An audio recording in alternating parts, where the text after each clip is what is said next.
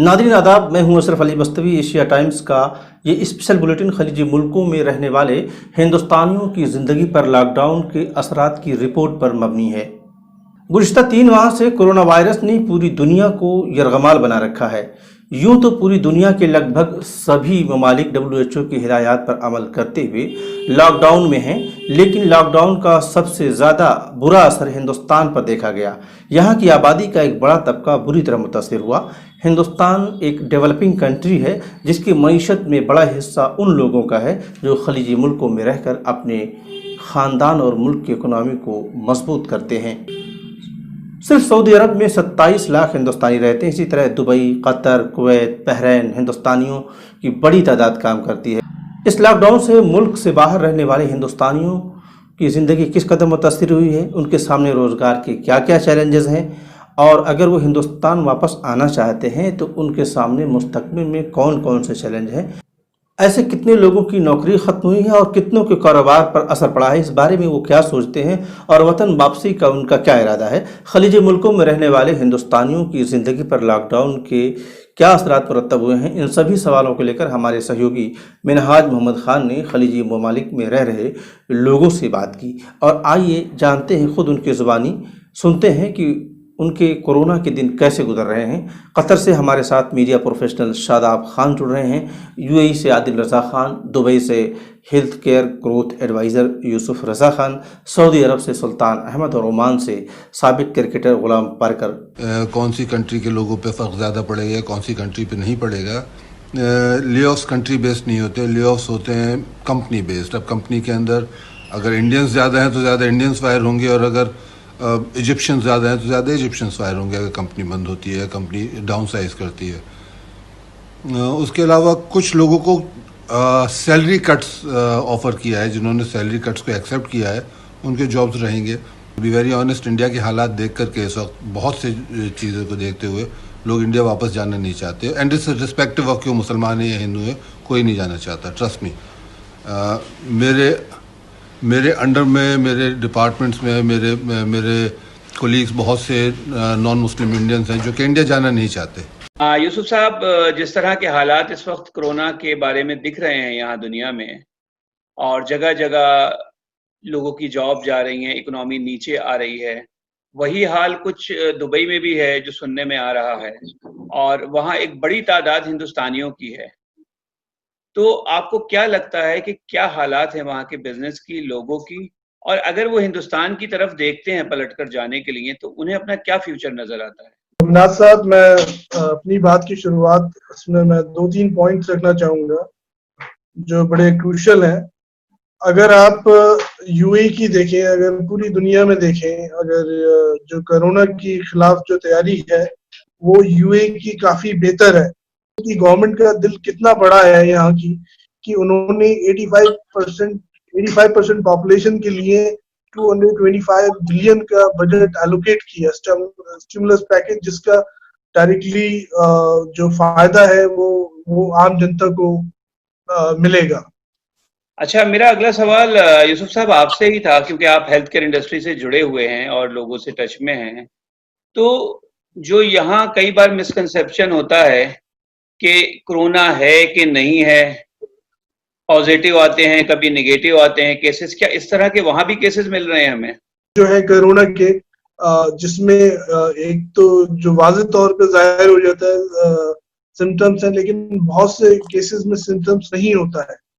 तो उस तरह के केसेस भी डेफिनेटली यहाँ नोटिस किए जाते हैं, क्योंकि यहाँ क्या सिस्टम किया है कि आप किसी भी तरह, चाहे वो प्राइवेट ऑफिसेज हो, मतलब सिम्टम्स को देखने के लिए इन्होंने जो है आपका थर्मल कैमरा जो है इंस्टॉल कर दिए हैं जगह जगह। शुक्रिया बहुत बहुत यूसुफ साहब अपनी इंफॉर्मेशन देने का। अब मैं रुख करता हूं आदिल साहब की तरफ।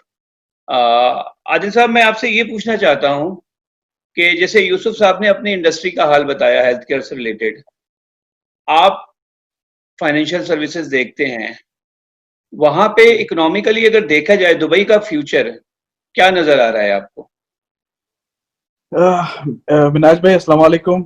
यहाँ से स्टार्ट करना चाहता हूँ कि जो हम इस टाइम कोविड, प्री कोविड और पोस्ट कोविड के कोविड से पहले और कोविड के बाद क्या बदलाव इस दुनिया के अंदर लोग देखेंगे या आएंगे।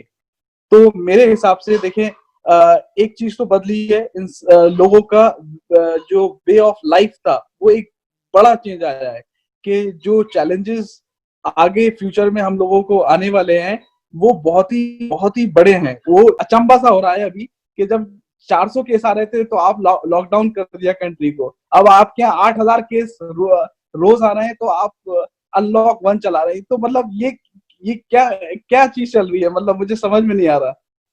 चलिए, ये तो रही यहाँ की बात कि जो इंडिया में चुनौतियां रहेंगी। मेरा सवाल ये था आपसे कि जो दुबई में जो हालात हैं, वहाँ नौकरियां जॉब जाएंगी और लोग इंडिया की तरफ देखेंगे तो वो किस नजर से देख रहे हैं इस वक्त? सबसे इंपॉर्टेंट मिनाज भाई, कोई चीज खत्म नहीं हुई है, सिर्फ चीजें स्लो हो गई हैं। तो जब स्लो होती हैं तो उसके लिए एक आपको हेल्प चाहिए होती है, आपको वो हेल्प मिल गई, आप उस टाइम से निकल गए और उसके बाद फिर आप अपने पैरों पे खड़े हो गए और फिर आप उस चीज से आगे निकल जाओगे। क्योंकि ये पेंडेमिक है, ये हो सकता है 4 महीने, हो सकता है 6 महीने और चले, वो सपोर्ट आपके पास गवर्नमेंट की तरफ से है यहाँ बिजनेसेस में। और मुझे ऐसा लगता है कि जॉब्स तो जाएंगी, जाहिर सी बात है, लेकिन बहुत कम जॉब्स आएंगी। मुझे लगता है कि शायद 20%, 15 से 20% लोग शायद जॉब लूज करें मैक्सिमम, नॉट लाइक यूएस कि यूएस में तकरीबन 42 मिलियन लोग, जो कि 42 लाख लोग ने अपना जॉब अनएम्प्लॉयमेंट फाइल किया है। तो मुझे ऐसा नहीं लगता कि दुबई में या यूएई में ऐसा कुछ होने वाला है। अस्सलाम वालेकुम सुल्तान साहब, आपका बहुत बहुत शुक्रिया हमारे साथ जुड़ने के लिए। आज के दौर में हम देख रहे हैं कोरोना आया, वैसे ही मार्केट बहुत ज्यादा स्लो थी। इन हालात में हिंदुस्तानी जो लोग वहां रहते हैं उनके ऊपर क्या असरात पड़े, या यूं कहिए कि जब ये लॉकडाउन खुलेगा उस वक्त कितनी नौकरियां जाएंगी, वो लोग क्या सोच रहे हैं, और अगर वो हिंदुस्तान लौटने के बारे में सोचते हैं तो हिंदुस्तान में अपना फ्यूचर क्या देखते हैं? देखिए, बहुत अहम सवाल है ये, सबके जहन में है और हर आदमी के सर पे इस वक्त जो कहावत है कि तलवार लटकी हुई है। और जब ये गुबार छटेगा, अभी तो समझिए हम तूफान के दरमियान हैं और इसका क्या असरात होंगे, मेरे ख्याल में ये अभी जल्दी होगा इसको पूरी तरीके से एनालाइज करना, इसको समझना, क्योंकि इसके असरात तो डेफिनेटली बहुत खतरनाक होने वाले हैं और बहुत दूर तक होंगे, काफी आने वाले काफी वक्त तक होंगे।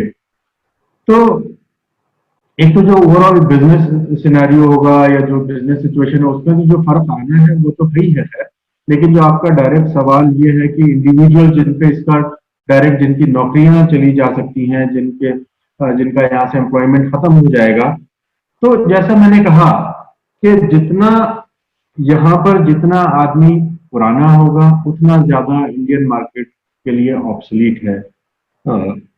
ये समझ के चले आप कि अभी आप वहां पर हैं, वहां भी लॉकडाउन का दौर देखा आपने, कोरोना का दौर देखा, तो क्या आपको लगता है कि आने वाले टाइम में क्रिकेट के मैचेस जो होंगे वो किसी दूसरी तरीके से होंगे, जो पहले हुआ करते थे, कुछ चेंज दिखेगा चेहरा? थोड़ा चेंजेस होगा, जैसा आईसीसी ने जो रूल्स आए हैं, जैसा थूक नहीं लगाने का बॉल को, तो और चेंजेस है तो वो रहेंगे।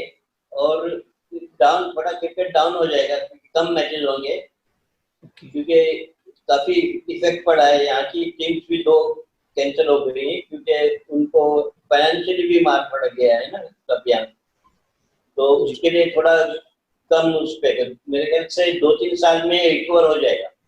ओके नाज़रीन, अगर आपको हमारी ये पेशकश पसंद आ रही है तो हमें सब्सक्राइब करें और सोशल मीडिया पर शेयर करें। शुक्रिया।